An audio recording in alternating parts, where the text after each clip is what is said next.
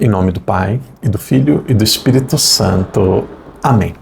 Queridos irmãos e irmãs, sejam muito bem-vindos para mais um dia de meditação. Hoje é o dia de número 344. Estamos aproximadamente 20 dias para o encerramento do nosso estudo e meditação bíblica em um ano. No dia de hoje nós vamos ler e meditar em um dia a carta de São Paulo aos Colossenses. Rezemos juntos. Pai nosso que estais no céu, santificado seja o vosso nome, venha a nós o vosso reino. Seja feita a vossa vontade, assim na terra como no céu. O pão nosso de cada dia nos dai hoje. Perdoai-nos as nossas ofensas, assim como nós perdoamos a quem nos tem ofendido. E não nos deixeis cair em tentação, mas livrai-nos do mal. Amém. Ave Maria, cheia de graça, o Senhor é convosco. Bendita sois vós entre as mulheres, e bendito é o fruto do vosso ventre, Jesus. Santa Maria, Mãe de Deus, rogai por nós, pecadores, agora e na hora de nossa morte. Amém. Glória ao Pai, ao Filho e ao Espírito Santo, como era no princípio, agora e sempre. Amém. Queridos irmãos e irmãs, sejam muito bem-vindos para meditarmos hoje mais uma carta de São Paulo, uma carta também de 4 capítulos, como foi a carta de São Paulo aos Filipenses. No dia de hoje, São Paulo aos Colossenses. Quando nós falamos na cidade de Colossos, ou Colossos, nós estamos falando de uma cidade que atualmente está na região da Frígia, onde atualmente é a Turquia, ali bem perto de Laodiceia e também de uma cidade, de uma região que nós temos outras cidades que São Paulo visitou, como Éfeso, nós temos Esmina, podemos dizer também Icônio, Listra, estas cidades que não estão muito longe daquilo que antigamente era Constantinopla. Então, nós estamos em uma região da Turquia chamada região da Frígia, onde atualmente é a Turquia. Nós podemos ver mais sobre esta cidade de Colossos, nos Atos dos Apóstolos, quando São Paulo ele faz as suas viagens missionárias. Ao contrário de outras cartas, esta carta, principalmente ao contrário das últimas, como aos Filipenses, aqui o problema não era principalmente com aqueles que tinham saído do judaísmo, e se nós temos a memória boa aí, nós vamos recordar ontem que nós meditávamos a carta de São Paulo aos Filipenses. Com os Gálatas também aconteceu isso, acontece isso com várias cartas. Haviam pessoas que tinham saído do judaísmo e traziam tendências judaicas para dentro do cristianismo, dizendo assim: agora eu aceito a Cristo, agora eu sou cristão, porém os nossos filhos precisam ser circuncidados. Nós precisamos continuar guardando o sábado. Não podemos nos alimentar com a carne de alguns animais. E aí São Paulo, ele diz de forma muito clara, não é isso. Agora nós temos uma nova religião. A verdade, ela alcançou a sua plenitude em Cristo. Esta carta, ela é diferente porque aqui o problema não era com os judeus ou com os ex-judeus. Aqui o problema era com os ex-pagãos. Havia um grupo no começo do cristianismo, quem estudou a história da igreja, estudou a filosofia, possivelmente ou quem gosta aí de estudar história, possivelmente já ouviu falar nos gnósticos. Gnósticos eram pessoas aptas e próximas da filosofia, que achavam que alguns tinham como umas visões especiais, iluminadas, que eram pessoas distintas das outras, e eles possuíam como se fosse um conhecimento secreto. Então eram pessoas que se achavam mais iluminadas, mais preparadas, que tinham um conhecimento que era secreto, que só eles possuíam. Então era tipo uma seita mais filosófica que havia no começo do cristianismo. Então aqui o problema nessa comunidade dos colossenses, que tem uma cultura grega muito forte, é um problema principalmente aí com esses de tendência pagã, que queriam colocar no cristianismo o cristianismo como se fosse uma filosofia.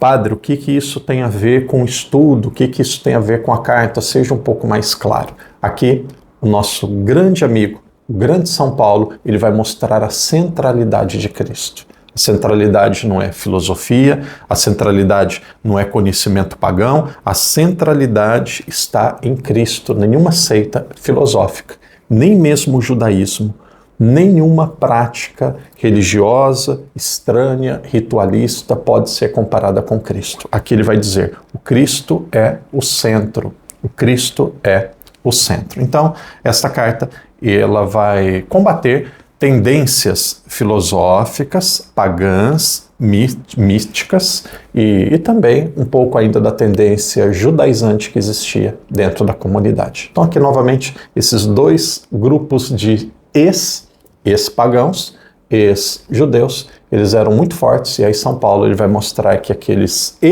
deveriam colocar o coração e a cabeça na novidade. Essa novidade era Jesus. Quando nós falamos, então, desta cidade de Colossos, nós estamos em uma região que era muito forte, o Império Romano, mas também, principalmente, a cultura grega. Então, uma região ali que São Paulo ele fez a primeira e depois ele vai voltar também na sua última viagem. Então, nós estamos em uma região onde atualmente é a Turquia, como o padre já disse no início.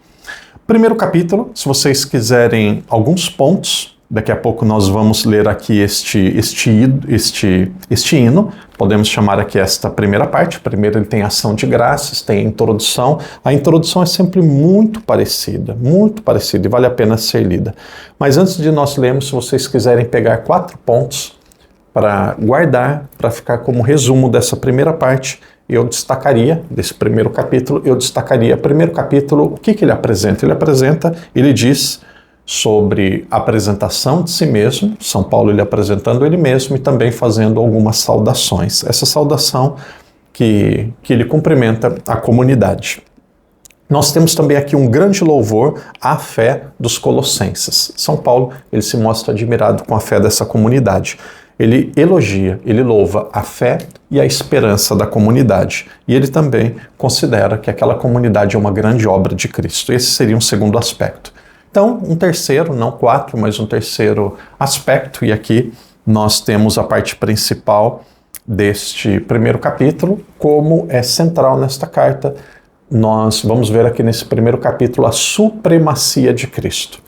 Ritos judaizantes, tendências filosóficas pagãs, nada pode ser comparado com Cristo. Por quê? Porque da criação até a redenção que acontece no mundo, ele é a imagem visível que nós vemos. Ele é a imagem visível do Deus invisível. Vamos ver aqui o comecinho. Depois vocês podem voltar nas cartas anteriores e vão perceber que a saudação é sempre a mesma, e que é muito bonito. Sempre São Paulo, ele usando graça e paz. Então aqui nós temos um elemento muito claro de consistência, de uma grande tendência do texto ser do mesmo autor. E como ele mesmo cita o nome dele, a igreja acredita que é de São Paulo. Mesmo que existem críticos, estudiosos que dizem, não, é discípulo de São Paulo, é posterior. É muito difícil acreditar que uma pessoa estaria mentindo, escrevendo eu, Paulo, e não era Paulo, ou que era outro Paulo, escrevendo exatamente no mesmo estilo de saudação que ele escrevia. Então, nós acreditamos que é de São Paulo. Não sabemos ali no meio da carta se tem algum acréscimo, alguma coisa, isso daí deixa os grandes estudiosos fazerem isso. Mas para nós é sempre muito claro ali no comecinho da carta que nós temos um texto de São Paulo. Por quê? Porque a saudação é a mesma, a apresentação é a mesma. O padre sempre faz uma introdução no começo de cada carta, porque eu penso que é muito importante nós sabermos diferenciar uma carta da outra. Elas não são a mesma coisa, são comunidades diferentes, tendências diferentes e, naturalmente, também desafios e problemas diferentes. Olha o começo. Paulo, apóstolo de Cristo, pela vontade de Deus. Ele diz quem que está escrevendo. Paulo, apóstolo de Cristo, não foi por chamado de um ser humano. Ele foi apóstolo de Cristo pela vontade de Deus. E o irmão Timóteo, dizendo que Timóteo aqui estava com ele. Aos santos, santos significa os cristãos, era um apelido, um jeito carinhoso de falar dos cristãos. Aos santos que estão em Colossas e os irmãos fiéis em Cristo. A vós, graça e paz da parte de Deus, nosso Pai.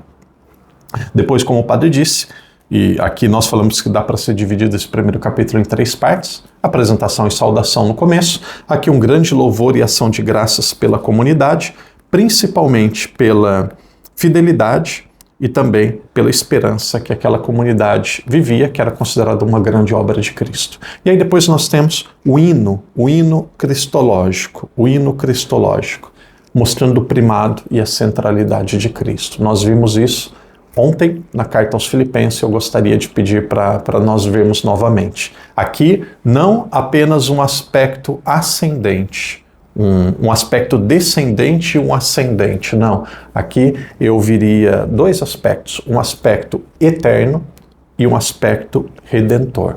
Vamos colocar em 3. Nós temos aqui neste hino um aspecto divino, que Cristo é Deus, ele é o rosto, a visibilidade de Deus invisível que sempre existiu.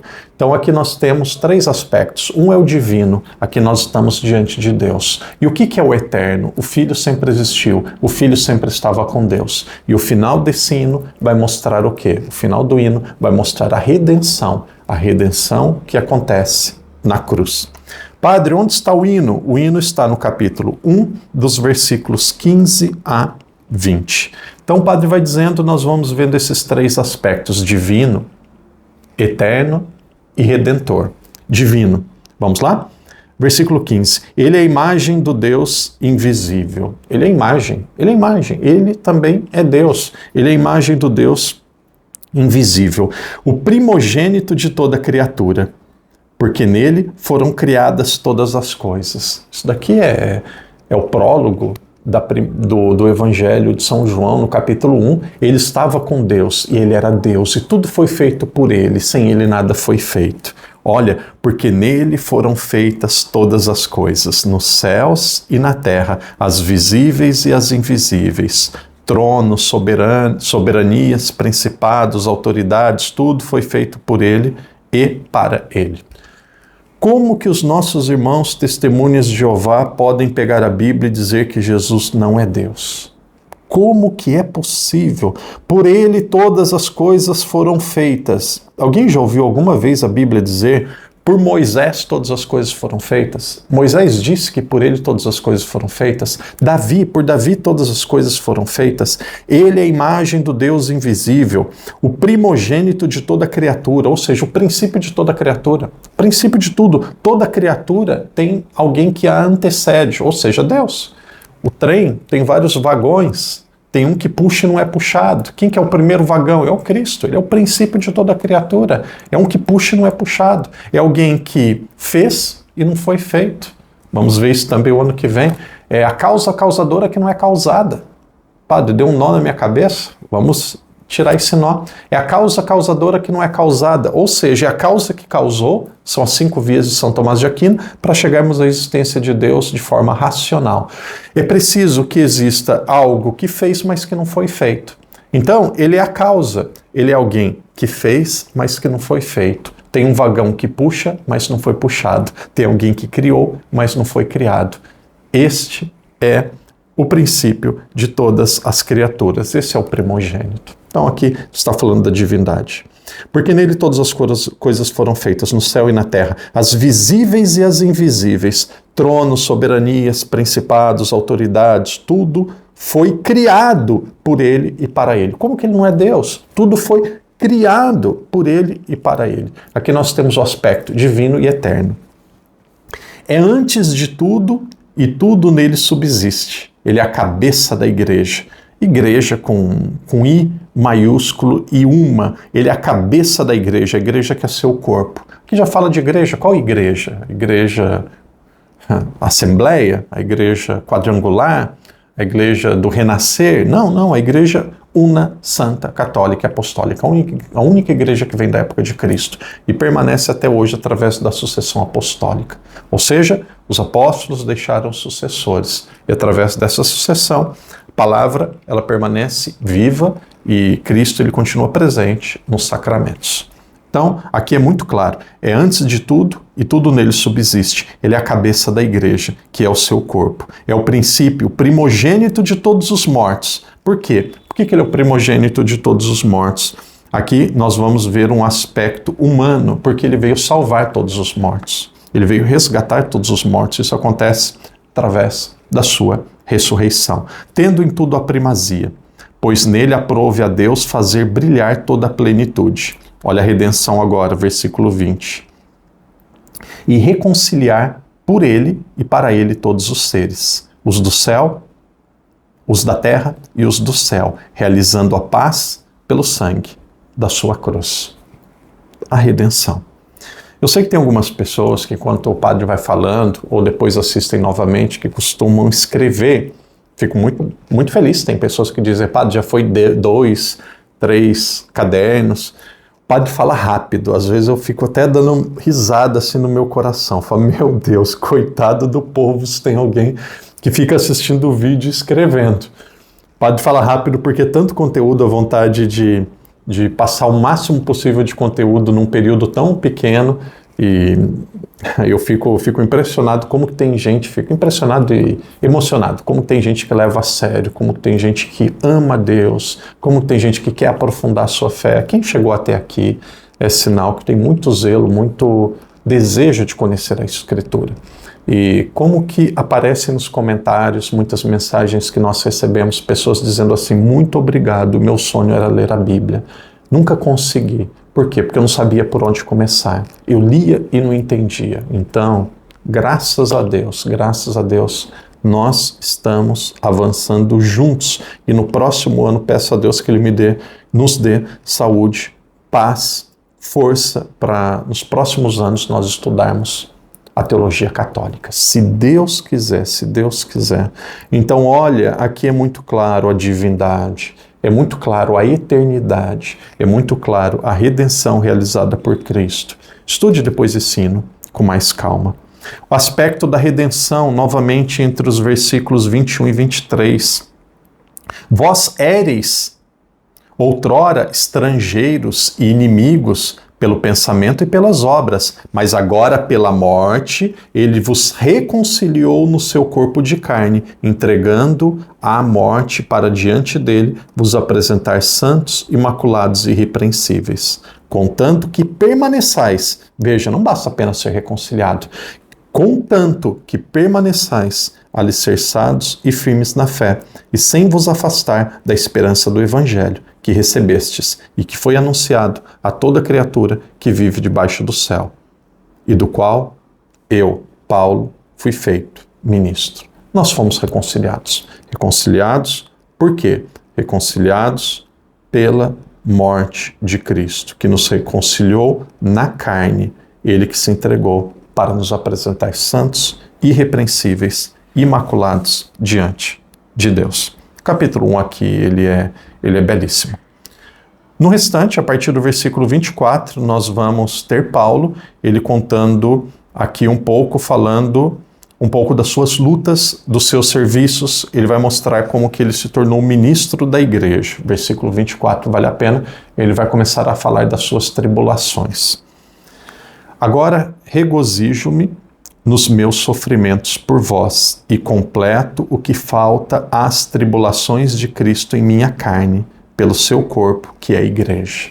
Como a carta de São Paulo aos Efésios, aqui também aparece mais do que uma vez. No versículo 18 tinha aparecido, versículo 24 aparecia que a igreja é o corpo de Cristo. Esse corpo tem uma cabeça, que é o próprio Cristo, e nós somos os membros. O que é a igreja? A igreja é a extensão, é a continuidade da presença de Cristo na história. Através da igreja, Cristo continua presente no nosso meio. Cristo continua agindo, ele como cabeça, através dos seus membros, diferentes em ministérios, mas iguais em dignidade, porque todos foram lavados pelo seu sangue redentor derramado na cruz.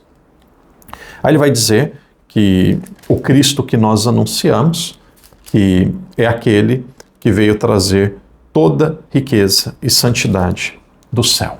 Depois nós vamos para o capítulo 2. O capítulo 2 vai mostrar o empenho que São Paulo ele tinha, mesmo que ele vai dizer o empenho que ele tinha, mesmo aqueles que ele não conhecia pessoalmente. Aqui ele vai citar várias vezes a comunidade de Laodiceia. Possivelmente ele não esteve em Laodiceia.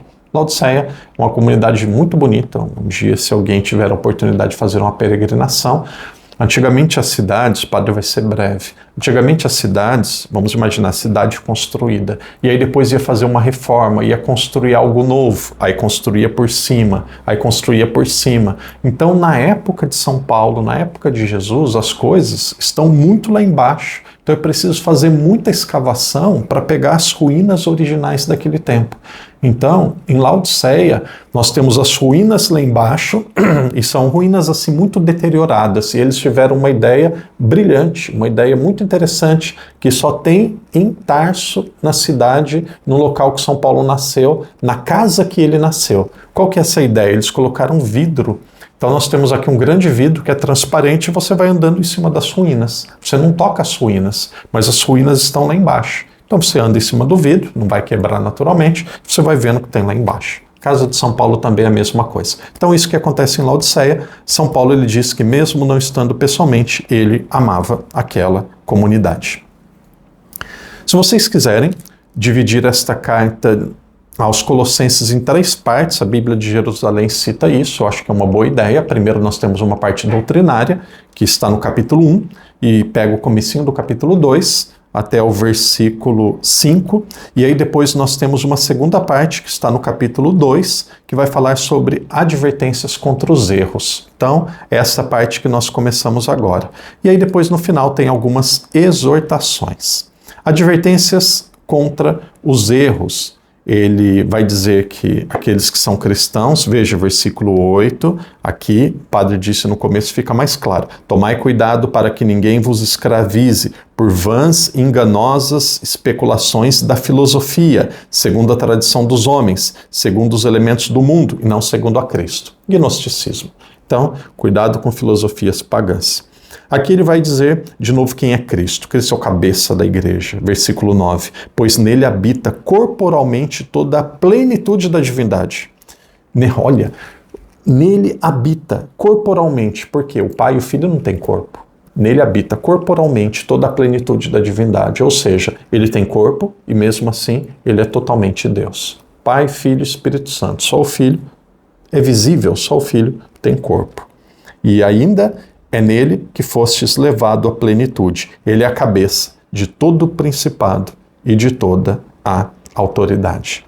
Na sequência ele vai dizer de circuncisão. Para nós que somos católicos, qual que é a circuncisão? Nós que somos cristãos, versículo 12, fostes sepultados com ele no batismo. Também com ele ressuscitastes, pela fé no poder de Deus que o ressuscitou dos mortos. Aqui vai falar de novo, a partir desse versículo 11 até o versículo 15 vai falar sobre a redenção que acontece na cruz. Ele foi pregado na cruz. Aparece principalmente no versículo 14. Nós vamos ver no versículo 16 e seguintes que nós devemos morrer para o mundo, como que nós morremos para o mundo e morremos para o pecado.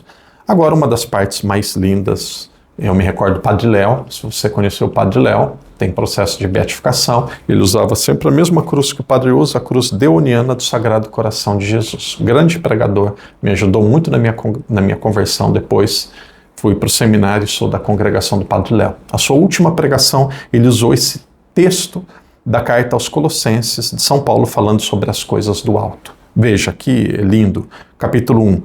Se, pois, ressuscitastes com Cristo, procurai as coisas do alto, onde Cristo está sentado à direita de Deus. Pensai nas coisas do alto e não nas coisas da terra. Pois morrestes e a vossa vida está escondida em Cristo, em Deus, com Cristo em Deus. Quando Cristo, que é a vossa vida, se manifestar, então vós também com ele sereis manifestados na glória. Buscai as coisas do alto. Lembram? Nós falávamos sobre a vocação do alto. Nós falávamos isso ontem, no capítulo 3, versículo 15 da carta aos Filipenses, da vocação do alto. Aqui ele vai dizer das coisas do alto. Quais são as coisas do alto? Diferente das coisas da terra, são aquilo que nos leva à salvação. Temos ainda uma terceira parte, que pode ser chamada de exortação, começa ali no versículo 15, e aí ali no versículo 5 e 6, ele já diz qual que é essa exortação? Em geral, é uma exortação a deixarmos o pecado. Mortificai, pois, vossos membros terrenos, fornicação, impureza, paixão, desejos maus e a cupidez, que é a idolatria. Essas coisas provocam a ira de Deus sobre os desobedientes. E aí ele vai dando vários exemplos de fornicação, de maldade, de blasfêmia, vários sinais de maldade que haviam naquelas pessoas. Gostaria muito de ler. Depois nós temos o capítulo 4, que ele vai, no capítulo 4 ele vai citando várias pessoas, ele vai citar São Lucas, vai citar aqui também, de certa forma, vai aparecer Marcos. Nós temos aqui, Marcos, eu penso que não está muito claro, mas vai aparecer São Lucas, vai aparecer vários daqueles que acompanhavam Paulo. Eu vou mostrar aqui na minha Bíblia, vamos ver se dá para ver aqui. O padre escreve aqui, exortação, eu escrevi aqui até, exortação, ler tudo.